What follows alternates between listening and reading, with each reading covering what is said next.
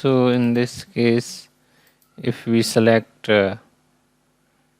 line and pull this one, then it will create a surface. You can see surface. Control Z.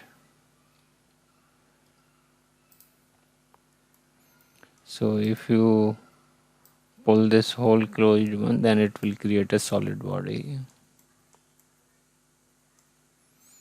Here also you can create surface.